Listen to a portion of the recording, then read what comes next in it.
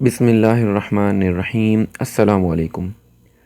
Saudi वज़ारत सेहत के तर्जुमान ने मंगल को ब्रीफिंग के दौरान ख़बरदार किया है कि ईद के बाद से कोरोना केसेस में रोज़ बरोज़ इजाफ़ा हो रहा है और ये गलत तौर तरीके अपनाने की वजह से है। वज़ारत सेहत ने इस सिलसिले में एक आगाही वीडियो जारी की है कि एहतियाती तदाबीर के साथ आपका दिन कैसा गुजरना चाहिए। ये वीडियो सबके लिए बहुत अहम है।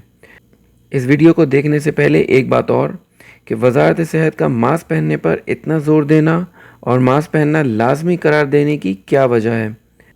इसकी वजह यह है कि अगर एक बंदे को वायरस होता है और वो मास्क ना पहने तो वो 90% अफेक्ट कर सकता है किसी दूसरे बंदे को जिसने मास्क नहीं पहना हुआ, और इसी तरीके से 70% उसको कर सकता है जिसने मास्क पहना हुआ है। लेकिन अगर जो इस बीमारी से अफेक्ट है और जो अफेक्ट नहीं है दोनों मास्क का इस्तेमाल करें तो ये बीमारी फैलने का ख़तरा सिर्फ 1.5% रह जाता है। तो मास्क के इस्तेमाल को लाजमी करें ताकि ये बीमारी कम से कम फैले। और चलते हैं उस वीडियो की तरफ।